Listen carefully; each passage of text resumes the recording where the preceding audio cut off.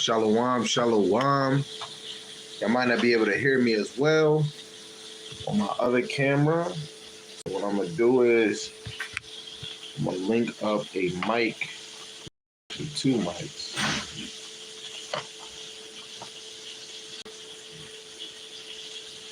Lord willing, y'all can hear me. Lord willing, y'all can hear me. You know what? We're gonna put this on my clothes. Right? We're gonna put it on the clothes. And Lord willing, y'all can be able to hear me both in both directions. We gonna get it in. Don't mind it. Just so y'all can hear it, because my phone is kind of muffled, my other phone. Lord willing, y'all can see the title where it says we deserve it. Slavery, broken homes, so on and so on. Because of us being rebellious, walking away from Yahweh Shem Shai. So before I get in this lesson, I'm gonna just bring out this one scripture before we get to where we need to be. Right? I'm gonna bring out, this is 2 Kings chapter 17. And I'm gonna start at 13. It say, yet Yahweh Shem Shai testified against Israel and against Judah by all the prophets, by all the seers, saying, turn ye from your evil ways, and keep my commandments and my statutes according to all the law which I commanded your fathers, and which I sent to you by my servants the prophets. Notwithstanding, they should not hear, but harden their necks, like a neck of their fathers, that did not believe in Yahweh Shem Shai, their power. Right? So this is a warning to Israel and Judah. The Lord always sent seers, prophets, to teach the word of Yahweh Shem Shai. And none of us listen. And that goes in today's time. A lot of our brothers and sisters don't want to hear, unless we're talking about something worldly, right? Things that tickle their damn ears. And every time our forefathers did something, in the future, the generation damn near reap what was sowed, right? And later on, we're going to go even into the book of Joshua, chapter 22, verse 20, right? Because of one man's disobedience to the Lord afflict or put his wrath upon the whole nation of Israel. And we'll get to it, right? Lord willing.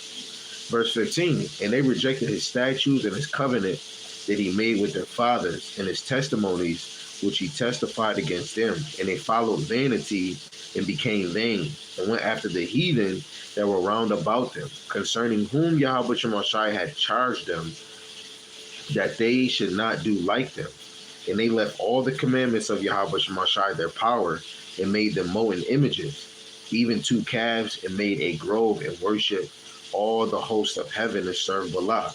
And they caused their sons and their daughters to pass through the fire, and used divination and enchantments, and sold themselves to do evil in the sight of Yahweh Shem Shai, to provoke him to anger. Right? And I'm going to just read these last 2 verses. Therefore Yahweh Shem Shai was very angry with Israel, the northern kingdom, and removed them out of his sight. There was none left but the tribe of Judah only, right? Basically going into the kingdom of Judah. So the southern kingdom was left. It said, also Judah kept not the commandments of Yahweh Shem Shai, their power, but walked in the statutes of Israel, which they made. Right? So the southern kingdom followed the same footsteps of its sister, which is Israel, the northern kingdom. Right? This is just to start off, just to know you reap what you sow, and it happens over again. Ecclesiastes, which I'm gonna probably bring right after this, just to show ain't nothing new under the sun. So we just read that clip, and you'll see in past tense the same thing happen again. This is why the captivity we went through, the righteous judgment of Yahweh Shem Shai was well needed. We deserve it, right? So first and foremost, outside of that, Lord willing, that gets you to be like, what, maybe this might be an edifying lesson to you. And if not, Salaki, we'll try again. But other than that, let's give all praises to Yahweh, Ba'ashem, Yahweh Shai, Ba'ashem Kakwadash. Yahweh is the Most High God, and Yahweh Shai is to the world, and he calls Jesus the Christ. right? We want to give double honor to the apostles and the elders who've been ruling well through the Spirit in great millstone, from the top apostle, the top elder, all the way down to the soldiers, right? That been teaching His word and believing His word, preaching it days in and days out to the best of their ability, right? And Lord willing, they can continue, right, to endure, right?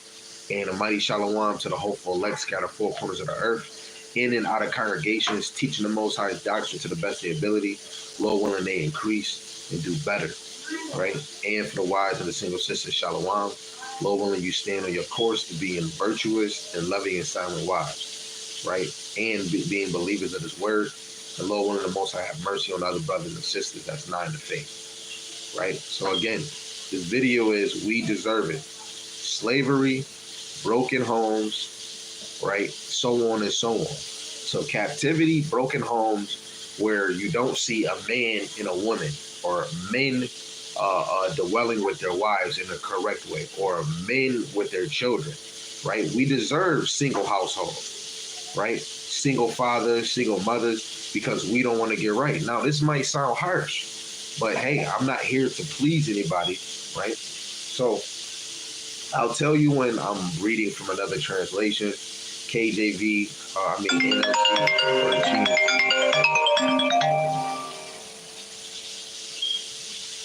oh man, I might have to call you back.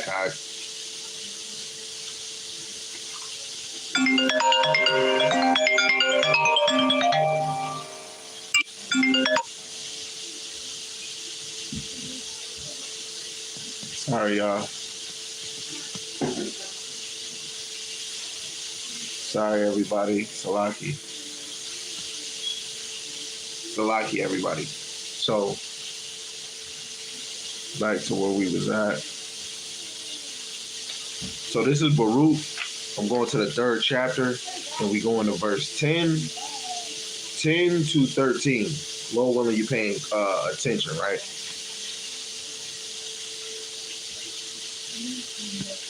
Salaki. Okay, so here it goes. Baruch chapter 3, verse 10. It says, how happeneth it, Israel, that thou art in thy enemy's land, that thou art waxen old in a stranger country, that thou art defiled with the dead, that thou art counted with them that go down into the grave, into a lower estate, right? Some people, yes, of course, we might think of the grave of somebody dying, but being in the grave is like being in hell, in a lower estate, right? It says, thou hast forsaken the fountain of wisdom, right? The wisdom, knowledge, and understanding, Yahweh Shemashai, we have abandoned it, right? We rather choose human wisdom over Yahweh Shemashai's wisdom. It says, for if thou hadst walked in the way of the Most High, thou shouldest have dwelled in peace forever. So if we follow the ways of Yahweh Shemashai, our people wouldn't be in slavery. Our women wouldn't be walking like dot buckets, bitches, hoes, sluts. Our brothers wouldn't be thinking about being a gangster, a drug dealer, right? Or evil, evil thug towards his own brethren, right? We wouldn't have our brothers and our sisters wouldn't be committing adultery, just as I have done, right? We wouldn't be out here doing same sex, looking like Sodom and Gomorrah. If thou hadst walked in the way of the Most High, thou shouldest dwelled in peace forever. We would have dwelled in peace forever if we stayed on the course that the Most High put in front of us, but we didn't want to do it, right? So I'm going to Haggai, and I'm going to read it in the KJV, and I'm going to read it in, first and foremost, I said I was going to get another precept. We're going to go to Ecclesiastes, the 1st chapter, just to show ain't nothing new under the sun. This is a cycle that keep happening. This is Ecclesiastes chapter 1, verse 9. The thing that hath been, it is that which shall be. So whatever we were in captivity for, it shall be again, right? That which is done is that which shall be done, right? So whatever happened to Israel, their affliction, the wrath from Yahweh Shemashai, right? It shall be, right? And that which is done, that which shall be done. And there is no new thing under the sun. Is there anything thereof it may be said, see, this is new? It have been already of old time, which was before us, right? Even this captivity, this is almost the exact same as the Rome captivity. You see senates, you see a president who could probably be a face of that empire. Like if you look at a Caesar, you would look at a president, right? If we wanted to be technical. But this place is just like Rome. Just like Rome is just like Babylon, right? And so on and so on. Certain things that they do in this oppression is the same that happened before time, right? It says, there is no remembrance of former things, neither shall there be any remembrance of things that are to come with those that shall come after, right? This is why we have to regain the knowledge all over again by reading or hearing the word of Yahweh Shem Yahushua, right? So now let's go to Haggai. And I'm going to read KJV, then I'm going to read the NLT, right? So Haggai chapter 1, and we're going to verse 5 to 7. It says, now therefore, thus saith Yahweh Shema Shai of army of, saith Yahweh Shema Shai of hosts, consider your ways. Ye have sown much and bring in little. Ye eat, but ye have not enough. Ye drink, but ye are not filled with drink. Ye clothe you, but there is none warm. He that earneth wages to put it into a bag with holes. Right? So we're stacking up our money, right? You're trying to get all this money and you're putting in the bag that has holes, right? So on your journey or on your walk, money will be falling, money will be coming out of your bag, right? And that's us paying attention more to stacking our bread. That's us paying more attention to the wages that we have instead of looking at our condition, building up our household. Like me, I have to worry about my household, definitely. But it's all about worrying about the Most High's household, right? It's worried about building Yahweh Shem Shai's household, right? Through the Spirit, it's going to be natural for you to build with your own household. But if your household is following your direction, they're in the same understanding, your household comes after when it comes to building in the faith. Because as long as you continue in the faith, you correct your family, they're going to automatically be in a narrow path because you're leading them, right? And if somebody falls, you're there to pick them up or correct them. Your family should be the first one to ever get corrected. But it's all about the house of Yahweh Shem Yahushua. This ministry is not a selfish ministry. It's not about one family. It's not about one man. We have to feed the flock, feed the sheep, and feed the lambs, the goats of Yahweh Shem Yahushua, right? In verse 7, thus saith Yahweh Shem Yahushua of hosts, consider your ways. Now in the NLT, it says, this is what happened. This is what Yahweh Shem Yahushua of heaven's army says. Look at what's happening to you. You have planted much, but harvest little. You eat, but are not satisfied. You drink, but are still thirsty. You put on clothes, but cannot keep warm. Your wages disappear as though you were putting them in pockets filled with holes, right? You basically put clothes on, and you can't keep warm, right? And guess what? In Jacob's trouble for you 2/3, that's going to happen to y'all, right? But even in this captivity, it's hard for Jake to even buy clothes, right? For special occasions, right? But let alone, they put out in the society drugs. And a lot of us is about to roll up a blunt, do some cocaine, do some damn crack, do some heroin. And, we can't even fill our clothes, but, we'll make sure that we can be on drugs, right? We're thirsty. You make sure we got some liquor, but you can't even you don't got water, don't got no juice. And now we're coming into a time where it's about to be famine of food and prices about to go as high as they possibly can, right? But this is us in slavery, right? Because even if I check in my notes, right? Is it this book? Nope, this is not the book. All right. So if I look at my handy dandy notebook,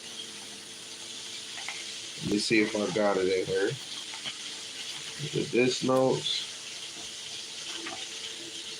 Okay. So if we was to look at Haggai, Haggai was speaking to Judah in a time probably of 520 BC, right?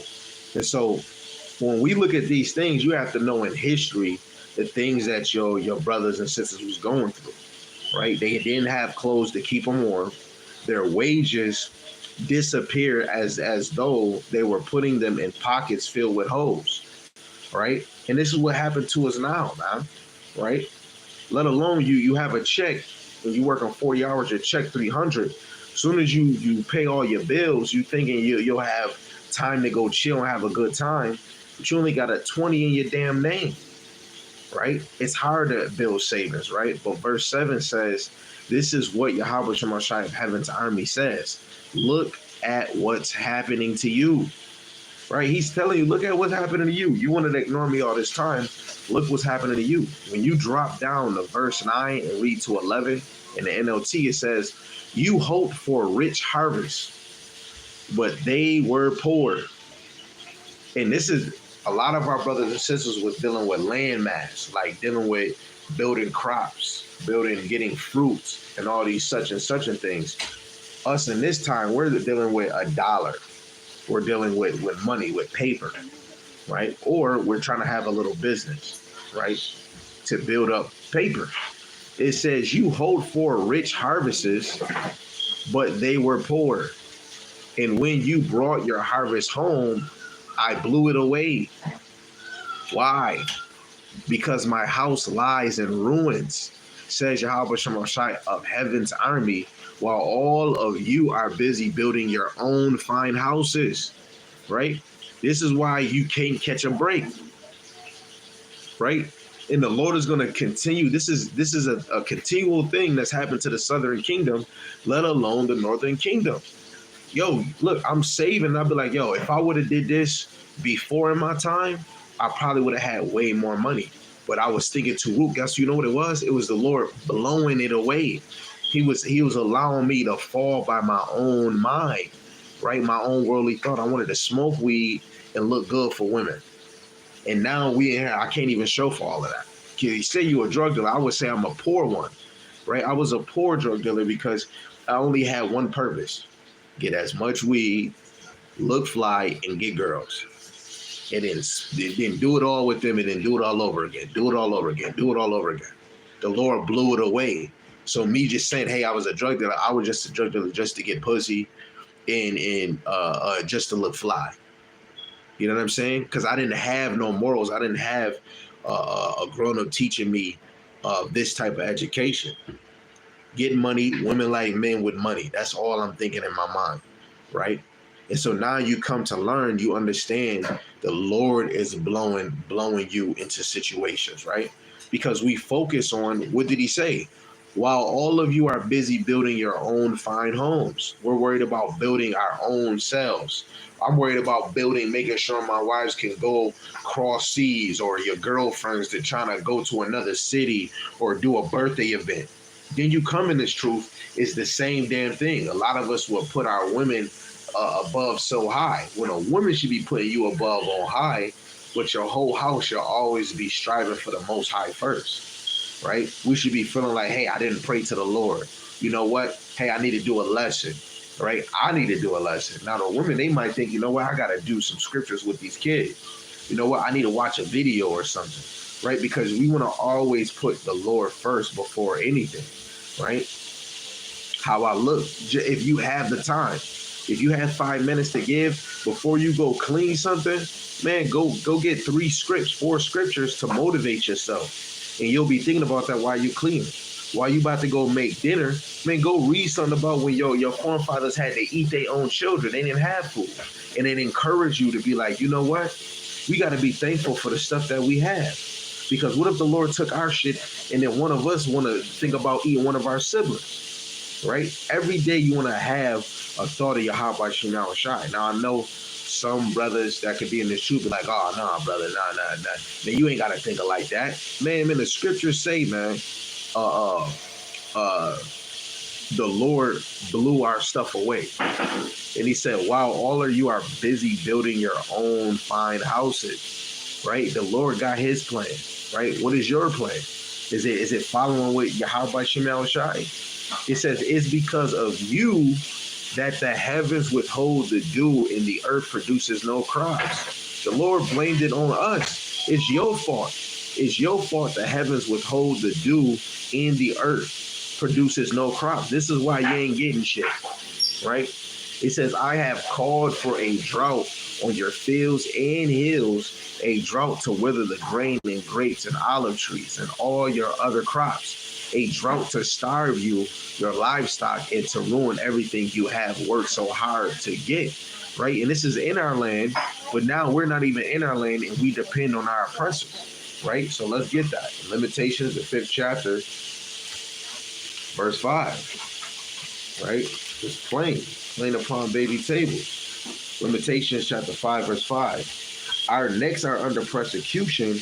We labor and have no rest. Niggas don't have no rest, right? You're working. You're trying to work so hard to meet to make a deadline. You want to get a car note, right? Me, I'd rather get a car note just to have a car that I just want to ride for the first time in my life. You know what I'm saying? But you got to work hard for these things, right? To even have 2 cars on the road, or to have some type of fun outside of the ministry, like having your family smile. You got to work hard to get that, right? Because back in the day, like brothers were just talking like years ago, brothers was getting paid $7.25 an hour. You got some places getting paid $4.50 an hour. And another place, in other times, you was getting paid $3 an hour. That ain't shit. So when I was working at McDonald's, getting $7.45, just working 40 hours, I just barely made like $2.90. And your rent $600, $700, $800. You got to work even harder. Then you got to get 2 jobs. You know what I'm saying? It said, our necks are under persecution. We labor and have no rest. In the NLT, those who pursue us are at our heels, and we are exhausted, but are given no rest, right? And this is why when you want riches or you want to grow, double up, to be something great, to be something more in society, you have to work hard for it. Right? It's plain. We can go to Lamentations chapter 1, verse 14. This is going to be in the NLT. Lamentations 1 and 14. This is what it reads. He wove my sins into ropes to hitch me to a yoke of captivity. Right? This is our yoke, captivity. Right? We are under servitude. When we came here, even though we don't got the yokes on us now, we got the yokes on us spiritually and mentally, right? Yahweh Shema Shai snatched my strength and turned me over to my enemies. I am helpless in their hands. The Lord snapped our strength. Brothers keep saying, man, if we come together, we can overpower our enemies. Hell yeah, you can. But the Lord snapped your strength. Where even if we brothers don't have the strength to really overcome Esau, we don't have the weapon capacity, we don't have the military, brothers don't really have strategy, brothers can't even if we was to sit down, we couldn't even put nobody as a head, a king or a captain or a lead. You know, if you was to put everybody that's sitting in the truth, not even talking about camp names, nobody would just agree that one man be the face of this organization. Have other captains or generals that control other matters lesser than the head captain. We can't be organized like Esau's military or army, right? And this is why we're helpless in their hands, because we don't know how to do shit without them. We got so used to being in the hands of our oppressors, we don't know how to work without them. This is Lamentations chapter 4, verse 19 in the KJV. Our persecutors are swifter than the eagles of the heaven. They pursued us upon the mountains. They laid wait for us in the wilderness, right? They're so swift. And you want to know why they swift? Is because Yahweh Bashim Shai gave us to them, right? And you might fight them, but the Lord knew that you wasn't going to overcome them because he snapped your strength. You felt that you could win. It's battles with the Philistines, right? And the Lord, we lost. They took our covenant. They took our the ark of the covenant, right? Because the Lord snapped our strength, and he did it multiple times, right? Here we go. This is the prayer of Azariah, the three holy children in the Apocrypha. I'm going to start at verse 6. It says, we have sinned and committed iniquity departing from thee. In all things have we trespassed and not obeyed thy commandments, nor kept them, neither done as thou hast commanded us, that it might go well with us. Wherefore, all that thou hast brought upon us and everything that thou hast done to us, thou hast done in true judgment. And thou didst deliver us unto the hands of lawless enemies, most hateful forsakers of the Most High, into an unjust king and the most wicked in all the world. So what the Lord had done to us is true judgment, right? He delivered us to lawless enemies. So if you were saying you're about to go fight a battle and you lost, that was the Lord just bringing you to this battle. You're going to fight. You're going to fight with honor and all of that, but you're going to lose in the end and you're going to be taken away. Just like what you read in Jeremiah. Jeremiah told him, yo, Zedekiah, surrender yourself and such will happen. He said no. He said, okay, then guess what? You're going to be a slave in the land of Babylon. Guess what? His successors or his lieutenants, they got killed. His sons got killed. And Zedekiah, they took his fucking eyes. You know what I'm saying? You reap what the hell you sow. And the Lord gave us to lawless enemies, man. Plain upon history. Ain't nothing new under the sun. Like, that's like like when you see in a movie when an actor be like, man, you want to fuck with me? You know what I'm saying? And then you reap what you sow. So we wanted to F around with the Most High. We reap what we sow. The Lord is a jealous God. And if he jealous, just like a man jealous over a woman, what do? He stalking. I know men that got stories that if a man was jealous over a woman, her windows can be closed and cracked. This man looking through the window crack. Babe, you ever had that problem? No. Huh? No. You know, it's some women out here. Not that bad. It's some women out here that's getting stalked by somebody that's jealous, man. Don't want you to be with nobody else. And they was treating you like you wasn't nothing. I don't even want you. But as soon as you get somebody else and you happy, they stalking you, right? Calling you at different times, knocking on your door, right? And this is the same way. Yahweh Shimon Shai is jealous over Israel and he's watching, right? And plus the Lord is pursuing you, right? In good and in bad. You know he's pursuing you because he put the men of the Lord around you to teach you of your ways, right? Deuteronomy.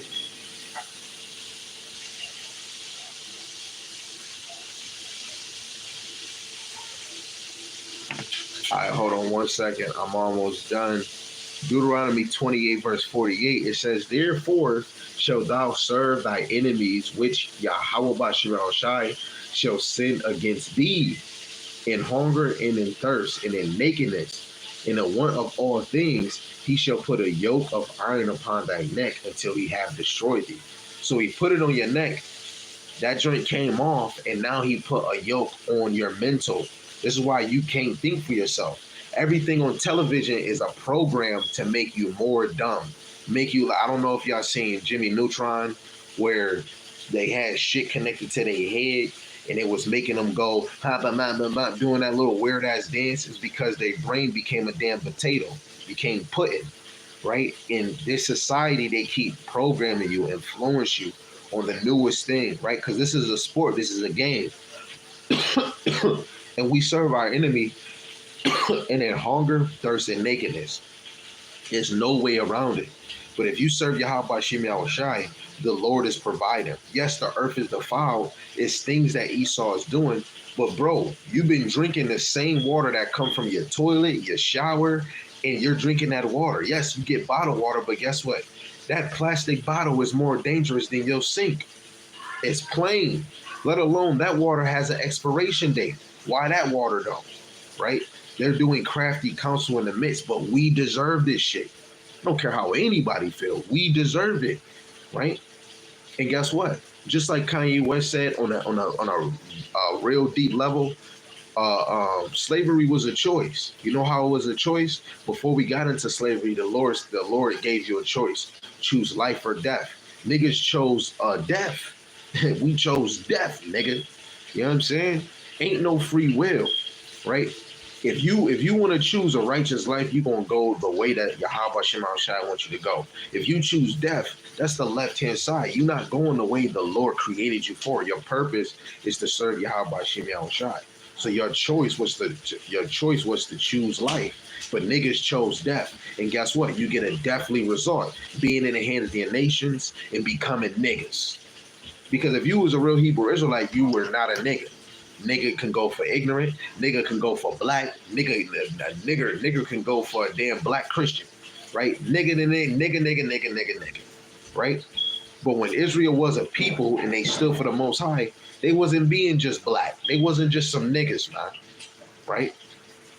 Deuteronomy 28, we're going to read 65 and 66, right?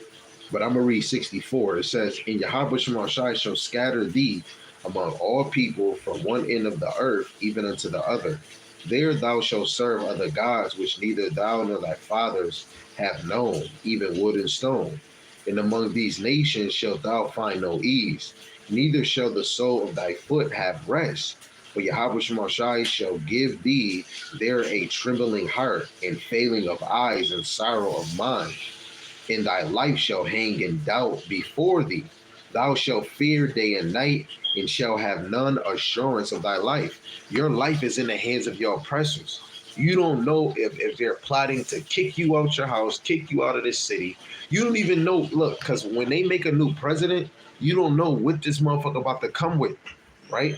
This is why you don't vote. You just watch what the politics is going to take place, because it's really the Lord's work who he makes a king, right? Daniel chapter 2, verse 21, the Lord set up kings and removed kings, right? And we're in the hands of our oppressors that our feet don't have rest. You know, like my rib, she said she had to move day in and day out, right? If we was in our own land, guess what? Her servants would be doing what she need to be doing, right? But at the end of this captivity, we don't have that at ease, right? Your wife might have to get a medulla to help birth a child, but in our past life, I call it medulla. Yes, I know what I called it, right? A medulla, right? She would use her servant, right? She wouldn't have to go to use her damn Medicaid to get her a medulla. Yeah, y'all know what I'm saying, right? And this is how you know we have no peace, right? There's no honor in this land, right? When you look at Deuteronomy 28 and 50, it says, a nation of fiercer countenance, which shall not regard the person of the old, nor show favor of the young, right? Many nations did this. But when we look at this in the depth, in the form, all the way through, right, this is a prophecy that we can look at our people now. Esau, Edom. The Greeks showed a very good example of that, being tortured and killed for not following the ways of Yahweh Shema Shai. Before we went into Babylon, we were still in the hands of our brothers, right? Even if they was going off. Zedekiah was an Israelite. He was going off. But when you go on the Greeks, we're literally under their rulership, plainly. When we were under Babylon, like literally under Babylon, we were under their rulership, right? And if we didn't serve them, pray to their idols and their gods, we were put to death. All nations did it, all right? Esau even is worse than all other nations. So you best believe he didn't show no regard to the young or the old. Didn't even care if you were a boy or a woman, right? Women were sold for wine and boys were served to be harlots, right? But let's get Baruch 3 and 8. Right? This is Baruch 3 and 8. And this is what it reads. It says, behold, we are yet this day in our captivity, where thou hast scattered us for a reproach and a curse, and to be subject to payments according to all the iniquities of our fathers, which departed from Yahweh Shemel Shai. This didn't give a past date, a present date, or a future date. Anytime you read this,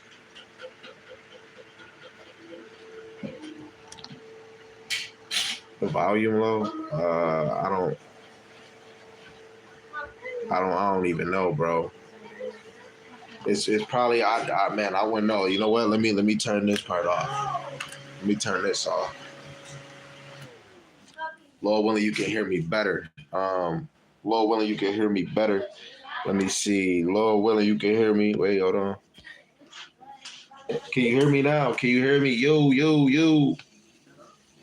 1, 2, 3. 1, 2, 3. Sesame Street. 1, 2. Hold on. So like y'all, we having a situation. Yo, yo, yo. Okay, there we go.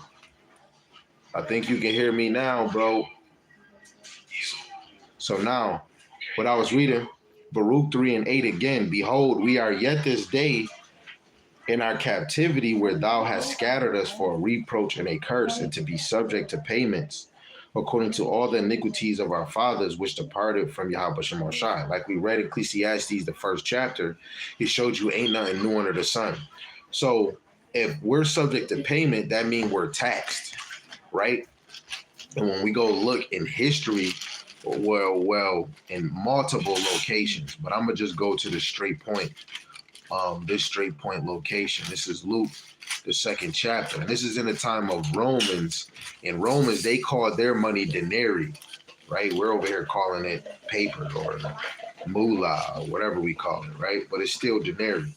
This is Luke chapter 2, verse 1 down. It says, and it came to pass in those days that there went out a decree from Caesar Augustus that all the world would be taxed. And this is a so-called Italian Edomite, right? And it says, and this taxing was first made when Cyrenius was governor over Syria, and all went to be taxed, every one into his own city.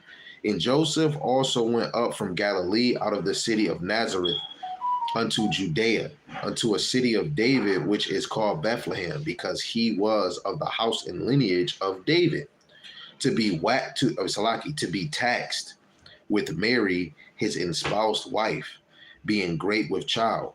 So this is in the Roman time. So when you even go into the New Testament, even before the New Testament, the Romans was around, even in the Greeks. They were building their foundation. But we were taxed everywhere. Throughout each captivity, each emperor had their own money cycle, right? And if you were ruling, you ruled a huge, massive empire from Egypt, old Babylon with Nimrod. We can say that first.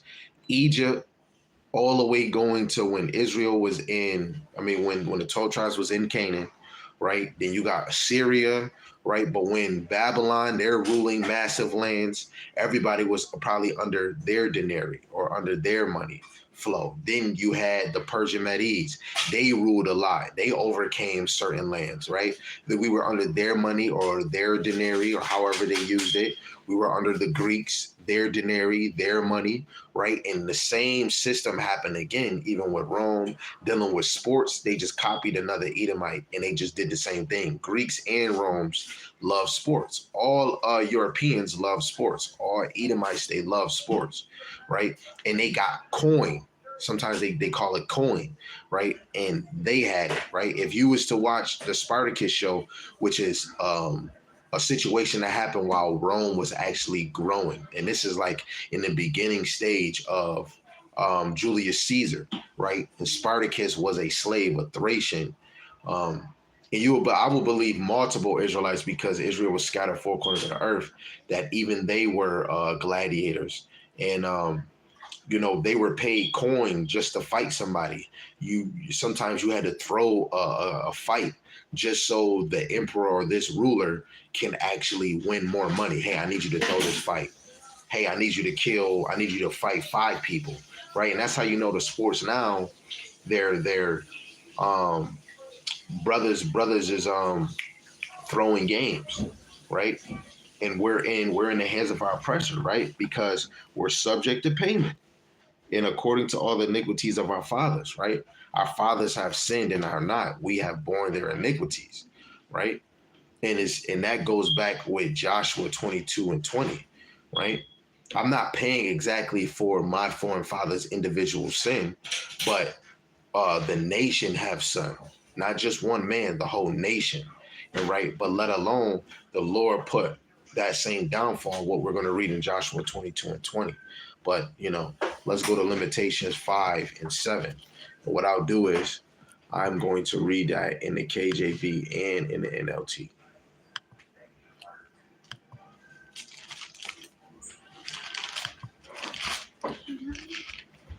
Right. So first I'm gonna read in the KJV, and this would it say in Limitations 5 and 7. It says, "Our fathers have sinned and are not, and we have borne their iniquities." In the NLT, our ancestors sinned, but they have died, and we are suffering the punishment they deserve because they initiated. They were the one that started when the Lord said in Deuteronomy, the first chapter, "If you actually hearken to me and do these things, I will put you above all nations." We're not above all nations because after Deuteronomy, a whole bunch of left, trigger, square start happening, right? Especially when you get into the time of First and Second Samuel, especially when you even get into First and Second Kings, First and Second Chronicles, which actually orchestrates the other books after. It's just Isaiah, Jeremiah, Ezekiel. Their book is just going on their point of view at their time. Because when you look, when we deal with like Samuel, Israel was together at a point, right? So he was speaking to Israel as a whole son, right? From time, if we was to be, going by time, it would be 160. 1060 or 1060 BC to 1020 BC. Elijah, the same thing, 870 to 845 BC. Jonah, he was around 781 BC, and he was speaking in Nineveh. Amos, 765 to 754, and this was to Israel, directed towards the northern kingdom, right? Because sometimes you have prophets that was directed speaking to Israel. They could have been Judah, but they were speaking to Israel because the Lord will have you go where he needs you to go. Man's going to the Lord. Isaiah was speaking to Judah from 7060 BC to 637 BC. If, just going off of this time, right? Hosea, he was speaking to the northern kingdom from 754 BC to 722. Micah speaking, the Lord appointed him to prophesy to Judah, 738 BC to 698 BC, right? Nahum, he was concerning Nineveh. Jeremiah, he was speaking to Judah. Zephaniah was speaking to Judah around almost the same time. Jeremiah, 650 BC to 582 BC. Zephaniah, 640 BC to 626 BC. And Ezekiel is speaking to the exiles in Babylon from 620 BC to 570 BC, following even with Daniel when he is in Babylon from 620 BC to 540 BC. Habakkuk speaking to Judah, 608 BC to 569 BC. And Obadiah, he is prophesying concerning Edom from 590 BC. And then Zechariah speaking to Judah, 522 BC to 509 BC. Haggai, which the most verses that we were reading from Haggai, he's prophesying to Judah, right, in 520 BC. And then Malachi speaking to Judah in 465 BC, right? And in Joel, he's speaking to Judah in 450 BC, if we're reading it in the way of the history. But now when you read it in prophecies, like dealing with our time, you have to be well trained and having good practice of lining precepts together so that it can make sense. But if you're reading the Bible going off of the history and the time you were in captivity, you have to follow through to know when you go, like if right now I'm in this book, Ezekiel. So in the time Ezekiel, his whole book is dealing with the exiles that's in Babylon, right? Plainly. But when you go into prophecies, the knowledge of Yahweh Shemar Shai will have you see a lot of these things is going into future time, right? So I'm just showing again that what it says that ain't nothing under the sun, that shows you Israel kept going off all the way from Samuel all the way to Joel, right? We constantly was going off. Lamentations 5 and 7, where we are suffering the punishment that our forefathers deserve, right? Plainly, right? They should have came here and they should have been, you know what I'm saying? But whoever was on the ships are descendants, descendants, descendants, descendants. We are descendants, descendants, descendants, descendants, right? But it's all praises to Yahweh Shema Shai that we're able to look at these accounts and to know that this is us. We're the same ignorant ones that still don't listen to Yahweh Shema Shai, right? Because he's still sending out the men of the Lord to teach you day in and day out, but you're not listening. I'm not here saying I'm better than you, but I know that these ways that we totally fucked up, it's easy for us to get it back right by listening, hearkening, and having a real heart, a real mind to want to change. Exodus chapter 20, verse 5. Thou shalt not bow down thyself to them nor serve them. For I, Yahweh Shema Shai, thy power, am a jealous God, visiting the iniquity of the fathers upon the children unto the third and fourth generation of them that hate me, right? And our forefathers, guess what? They're known for hating Yahweh Shema Shai. And if you hate something, you not walking with it. If I hate a brother, I'm not walking with this brother. I don't like this nigga. I'm not around him. So we didn't even like the Lord. But as soon as shit get in a bunch, right? Get into a wedgie, we want to say, Lord, please help us. Oh, why have you forsaken us? And then a prophet would come and be like, the Lord forsake you because you forsake him, right? Our ways is not equal, right? Let me go to this. This is Jeremiah 32, verse 33. And they have turned unto me the back and not the face. Though I taught them rising up early and teaching them, yet they have not hearkened to receive instruction.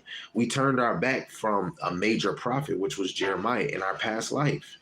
And it happens again where I'm bringing out this word, there's multiple brothers bringing out the word, and you turn your back towards men that's actually trying to teach you, to give you the understanding of your past and trying to prepare you for what's to come. The charagma, right? The hour of temptation, Jacob's trouble, right? The love of many, is going to wax cold, right? Peerless times, terrible times, right? We're trying to let you know that it's about to be a huge shift and change because Jacob is about to go into his rulership, right? And if you're not listening, I can't make you. I'm not saying I am a prophet or apostle or evangelist. Lord willing, I am.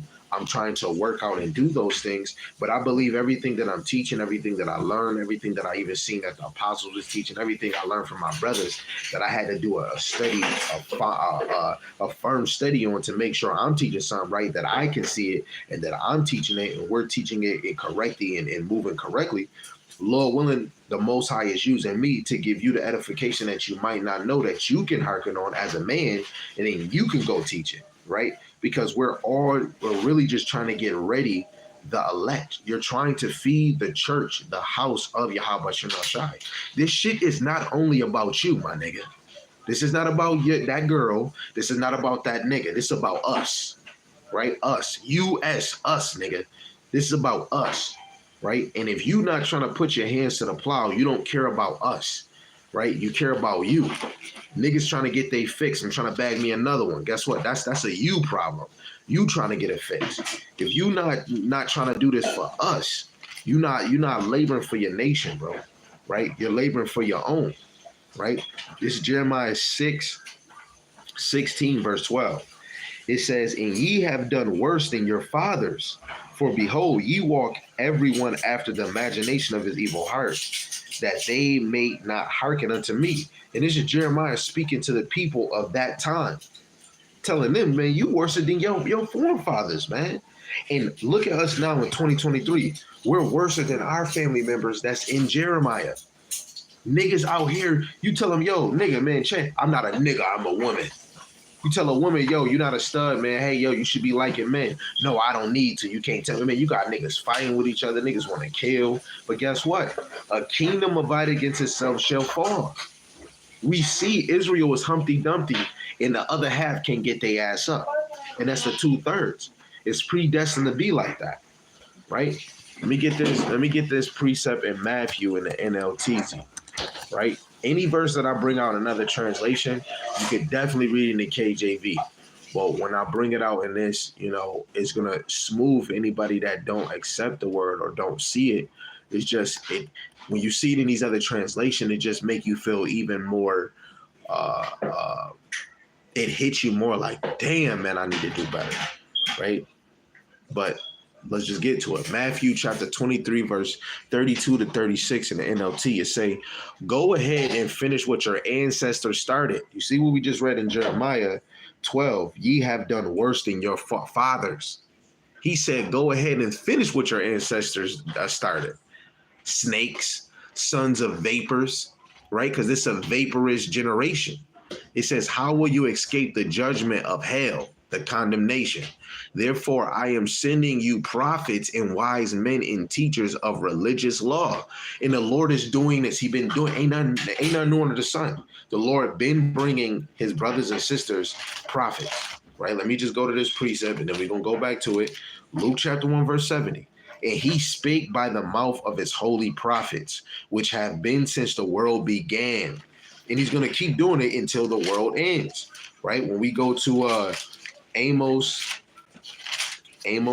chapter 3, verse 7, it says, surely Yahweh Shemashai power would do nothing, but he revealeth his secrets unto his servants, the prophets. If the men of the Lord that's truly sincere in this thing, if they are not the prophets, how can they understand these scriptures, right? Because everybody is not made to be teachers. Everybody is not made to fully understand the deeper things in these scriptures, right? Because even when you go into Daniel, let's go to it. Daniel 12, verse 8, it says, and I heard, but I understood not. Then said I, O my Lord, what shall be the end of these things? Because when you go to verse 4, but thou, O Daniel, shut up the words and seal the book.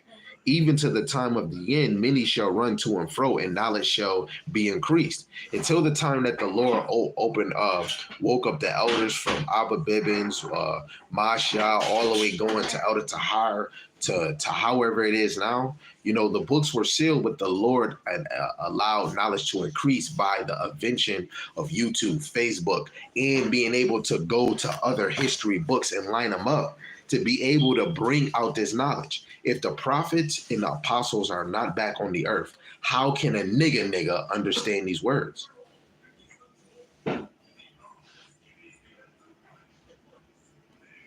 Y'all brothers should not be teaching. Y'all have no clue of what y'all reading.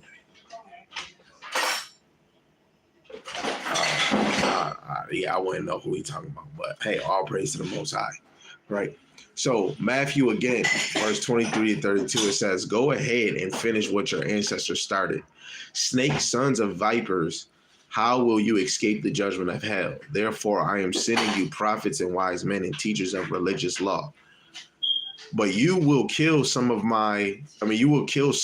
by crucifixion, and you will flog others with whips in your synagogues, chasing them from city to city. As a result, you will be held responsible for the murder of all godly people of all time. From the murder of the righteous Abel to the murder of Zachariah, son of Barkua, whom you killed in the temple between the sanctuary and the altar. I tell you the truth, this judgment will fall on this very generation, right? Hey, and the same cycle happens over and over and over again, right? Same cycle happened over and over again, right? And the brother Yaqub Hanak, whatever his name, he said, y'all brothers should not be teaching. Y'all have no clue what y'all reading. Yeah, if you talking about OT only, if you talking about Shalom, my big guy Yarmayam, man, he's in the building, right? If you talking about people that's atheists, people that think they Muslim, yeah, you motherfucking right. They don't know. Yeah, they definitely shouldn't be teaching. But when you talking about men that actually care for the whole Bible and they actually know their history day in, day out, oh yeah, he ain't talking about them. So anybody watching, don't mind that brother comment, because if you know who you is, You know what I'm saying? This ministry is for the hopeful elect. This ministry is not for everybody. Right. Yeah, he said you just talking about people like him. God, plain upon baby tables, right? So just showing, hey, and that is a snake. It says the whole Bible is not the truth. Does God repent? The whole Bible is not the truth. Hey, if that's how you feel, you would have to prove the Bible is not truth, right? Then that means your identity is not true, right? But it's okay. You can believe in Shabba Dabba Ding Dong all you want. And that lets you know the ministry is not for the many, it's only for the few. And you might be that many. You definitely is that many if you saying the Bible is not true, right? I'm going to read my brother Yarmayan's precept on the screen, and then we'll go to Tobit, chapter 3, verse 3 and 4. We'll read the KJV, and Lord willing, I can get, let me see. I'm going to get Tobit 3 in the GNT, right? So my brother Yarmayan put Romans chapter 3, verse 3 and 4. It says, for what if some did not believe? Shall their unbelief make the faith of God without effect? God forbid. Yeah, let God be true, but every man a liar. As it is written, that thou mightest be justified in thy sayings, and mightest overcome when thou art judged. Some people might not believe, and the Lord already told you, man, if anything that you might disagree with, the scriptures or just in life in general, the Lord told you in 1 Thessalonians, man, let alone in Sirach. If you don't got the answer, shut the hell up. But in scripture-wise, he says, put your hand over your mouth. 1 Thessalonians 5 and 21 says, prove all things and hold fast to which is good. So the whole point, the Bible not true, you have to prove that. Let alone prove it in the comment section, but get your butt up and record a video and prove it with the scriptures. Because most of us just talk, but we ain't about book, chapter, verse, right? This is all about the things that happen to Israel, the Black Latinos and natives. We deserve it. We deserve slavery. We deserve broken homes. We deserve so on and so on. Slavery was a choice if we actually chose what the Lord wanted us to do, but we chose death, right? In this ministry, like the brother Yarmayan said, and I keep saying, this ministry is not for everybody. This is not for everybody. However you flip it, dip it, I don't know how you look at it. This ministry is not for everybody, right? You can't please everybody when it comes to the ministry of Yahweh Shem Yahushai, right? This is Tobit chapter 3, verse 3 and 4. It said, I, Tobit, have walked all the days of my life in the way of truth. And hey, what is you doing? When you go to First Ezra's, yeah, you're right there. The third chapter, it tells you truth take away the victory, right? The truth, the whole truth is Yahweh Shem Yahushai. That takes away the victory, right? Nothing can overcome what we have right in front of us, right? We don't need nothing in this world but the scriptures that comfort us, right? It says, and I did many alms deeds to my brethren in my nation, who came with me to Nineveh unto the land of the Assyrians. And when I was, I'm reading chapter 1, Salaki. This is Tobit chapter 3, verse 3 and 4. It says, remember me and look on me. Punish me not for my sins and my ignorance, in the sins of my fathers, who have sinned before thee. For they obey not thy commandments, wherefore thou hast delivered us for a spoil, and unto captivity, unto death, for a proverb of a reproach to all the nations among whom we are dispersed, right? And we're suffering because of what our forefathers done. And this verse right here, before I read what Yarmayan put, this right here just shows you where you reap what you sow, right? And this is Joshua 21, verse 22. Pay close attention. This is Joshua 22, verse 20. It says, did not Achan, the son of Zerah, which you can go to Joshua, the 7th chapter, start at chapter 6 and read the whole 7th chapter of Joshua. And Akan, he stole a Babylonian garment and 50 shekels of silver, and he hid it in his tent and didn't say nothing about it. But the Lord said, don't touch anything in this city except for the things I want you to grab for that's going to be in the Ark of the Covenant. He said, did not Akan, the son of Zerah, commit a trespass in the cursed thing, and wrath fell on all the congregation of Israel? And that man perished not alone in his iniquity. So the Lord is judging all Israel as a nation. Because when you go to Deuteronomy, the 28th chapter and the 15th verse, all these curses shall come upon thee. So the Lord, Moses was speaking to our ancestors. They drifted away, and guess what? It fell upon them, and guess what? It fell upon their descendants. Joshua 22 and 20. Wrath fell on all the congregation of Israel. That man perished not alone in his iniquity.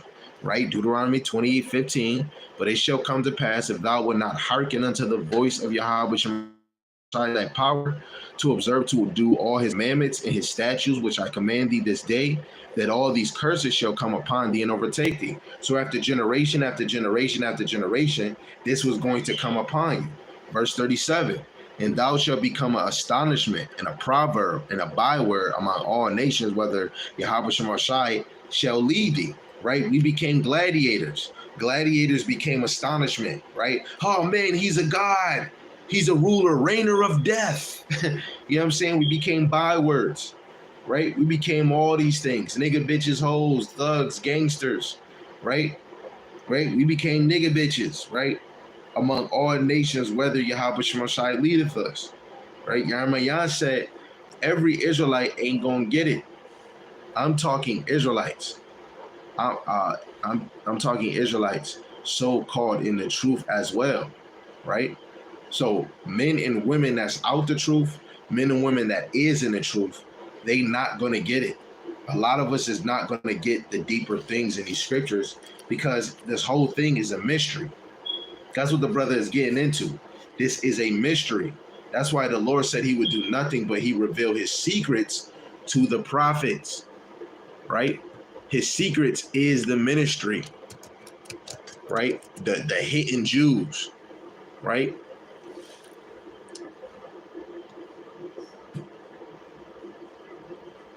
He revealed his plans unto the prophets.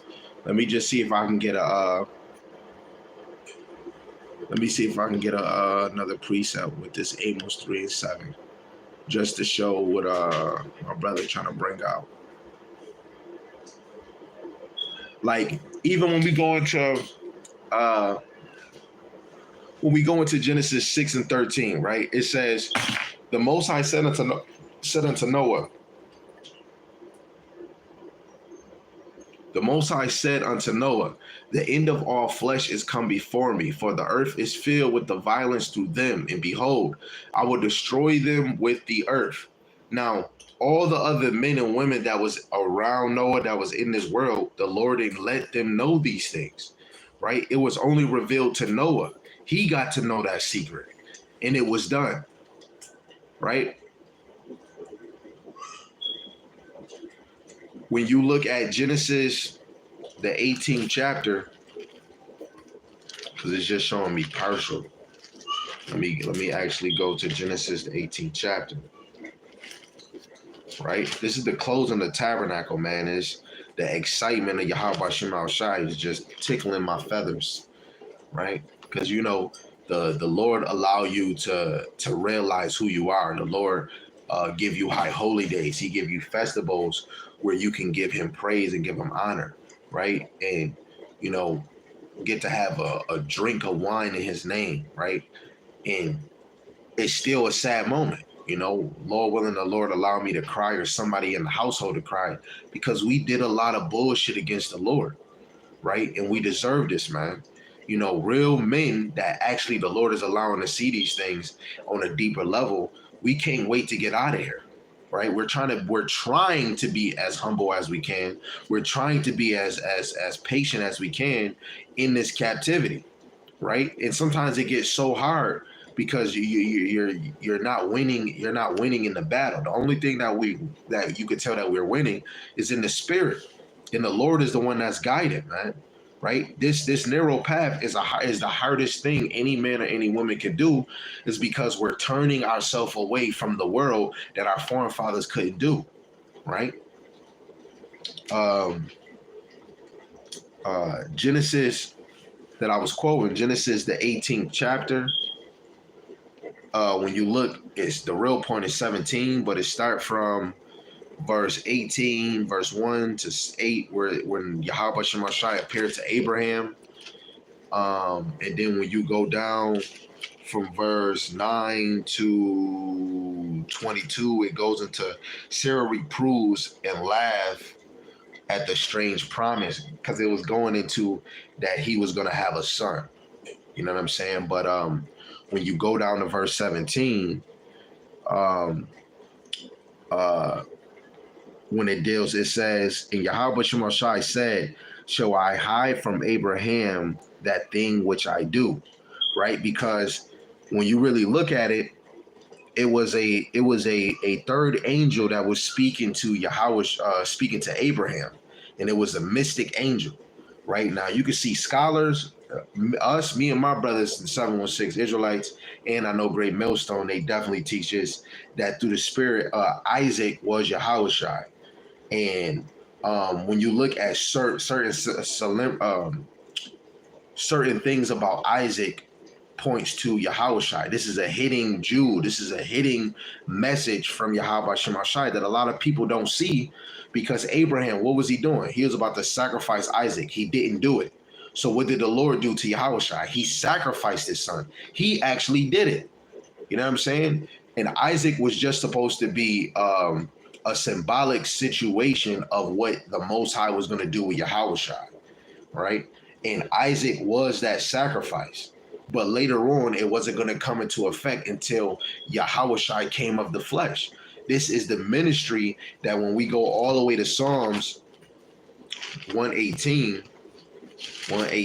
verse 33, and it says, wait, hold on. Is it 22? Yeah. 118 verse 22, it says, the stone which the builders refuse is become the head of the corner. This is Yahweh Shem Yahushai's doing. It is marvelous in his eyes. Who is this stone that they're talking about in the book of Psalms, right? Because this chapter goes into God's love is eternal. So who would he be talking about? Let's see if we can go into Matthew, the 21st chapter. Matthew, the 21st chapter, and we're going to go to 42. And this is what it reads. It says, Yahushai said unto him, did it never read in the scriptures, the stone which the builders rejected, the same is become the head of the corner. This is Yahweh Shemashai's doing, and it is marvelous in his eyes. This is him quoting Psalms 118, verse 22 and 23. And that stone is Yahushai. The Pharisees and Sadducees are the builders because they sat in Moses' seat. Anybody that say they doing the will of the Most High, you are a builder. Just like what Yarmayan said, ones that's not in the truth and in the truth. The ones in the truth, you are the builders. And if you don't believe in this stone, the whole volume of the Bible, you reject him, guess what? You are not a part of this ministry, right? And you're not going to understand the deeper things, right? When we look at 1 Kings chapter 22, that I always bring out, verse 19 to 23, right?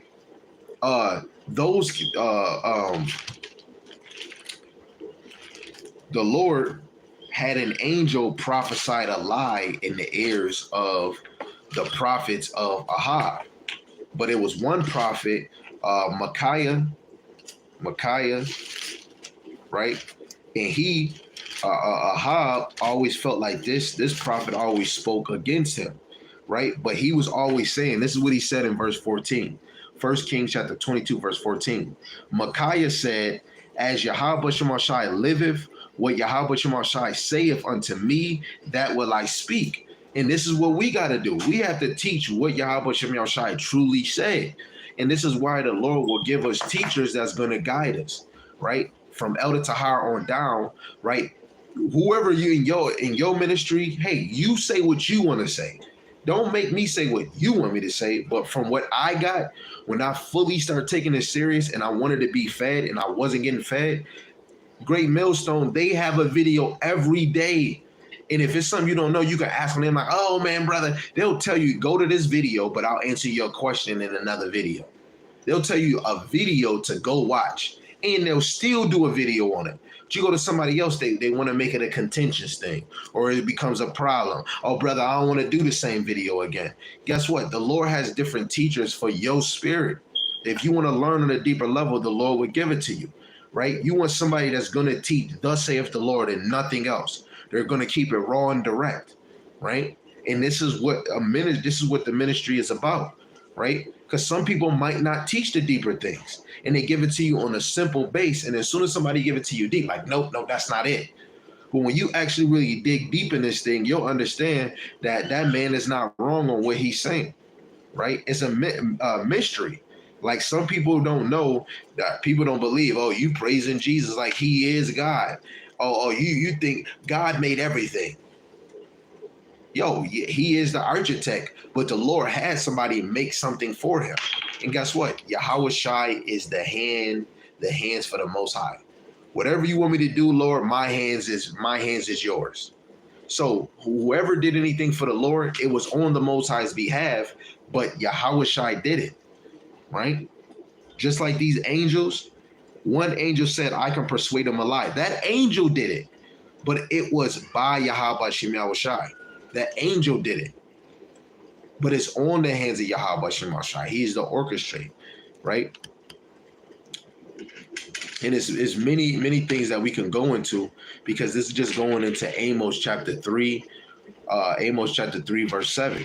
Micaiah was telling them a story, right? Because when you go to verse 17, it says, and he said, I saw all Israel scattered upon hills as sheep that have not a shepherd.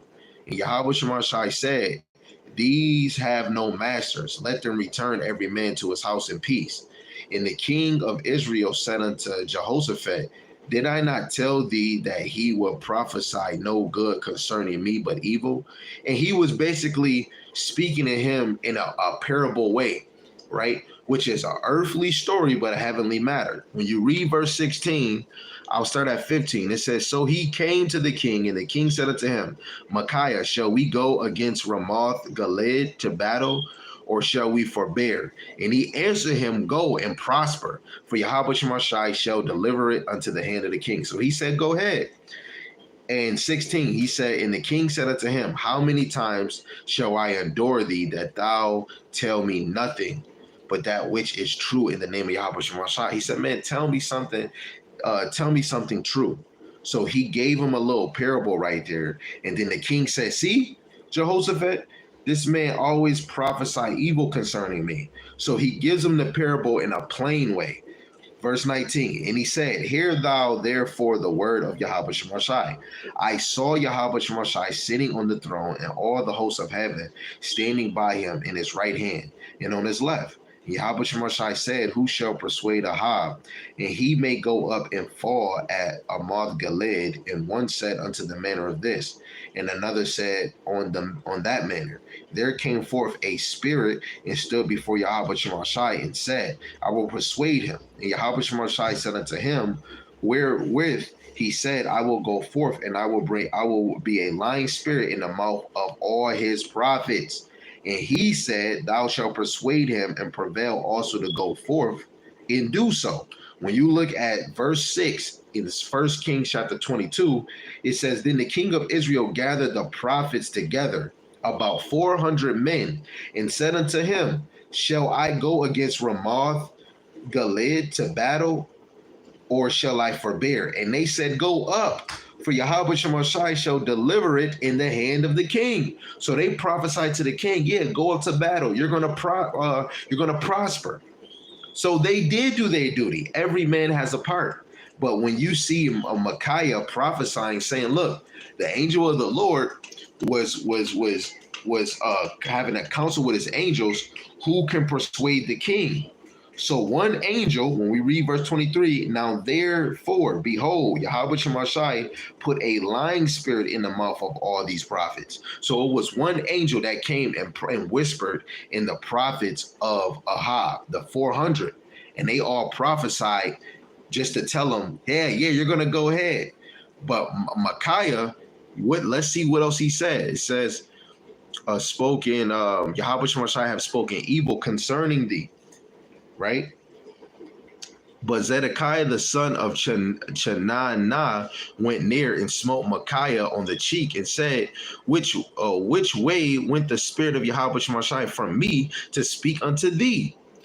So he got mad. It's like, man, you telling me that the Lord put a lying word in me? Man, you ain't gonna tell me what the Lord did to me. And he smacked him. He got mad. And Micaiah said, behold, thou shalt see in that day when thou shalt go into in inner chambers to hide thyself. The king of Israel said, take Micaiah and carry him back unto Amon, the governor of the city, and to Joash, the son's king, and say, thus saith the king, put this fellow in prison and feed him with bread of affliction and with water of affliction until I come in peace. So he said, man, keep him in prison until I come back. Look what Micaiah said.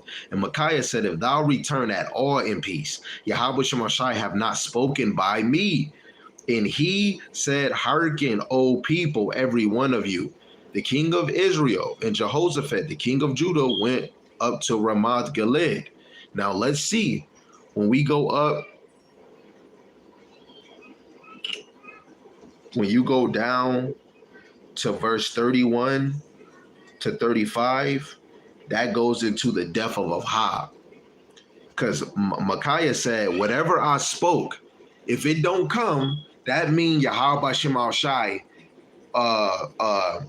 it wasn't, he said, if thou return at all in peace, Yahweh Shemashai have not spoken by me.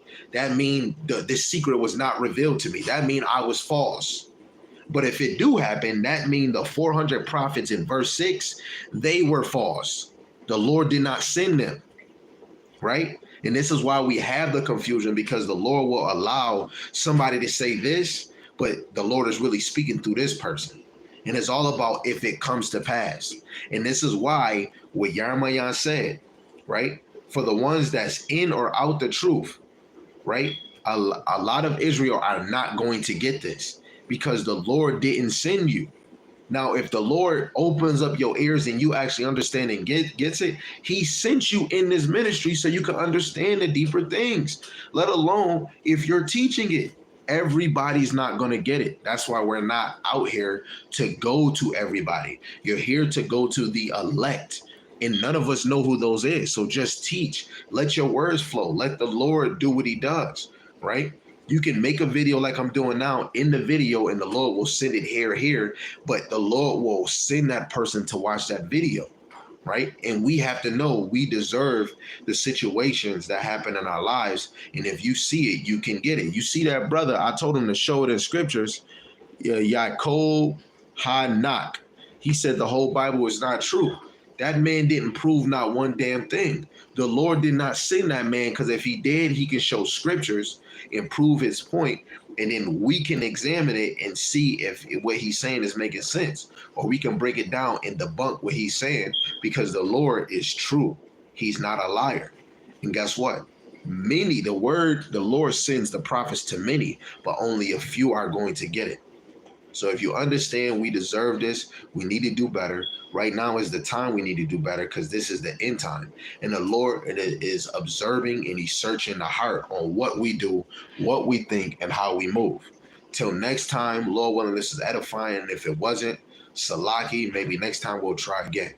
With that, Kwam Yasharella, Yahweh, Ba'ashim Yahushai, Ba'ashim Rakakodash. If I can do it, you can do it. If you can do it, I damn sure can do it. Until next time. Shalom.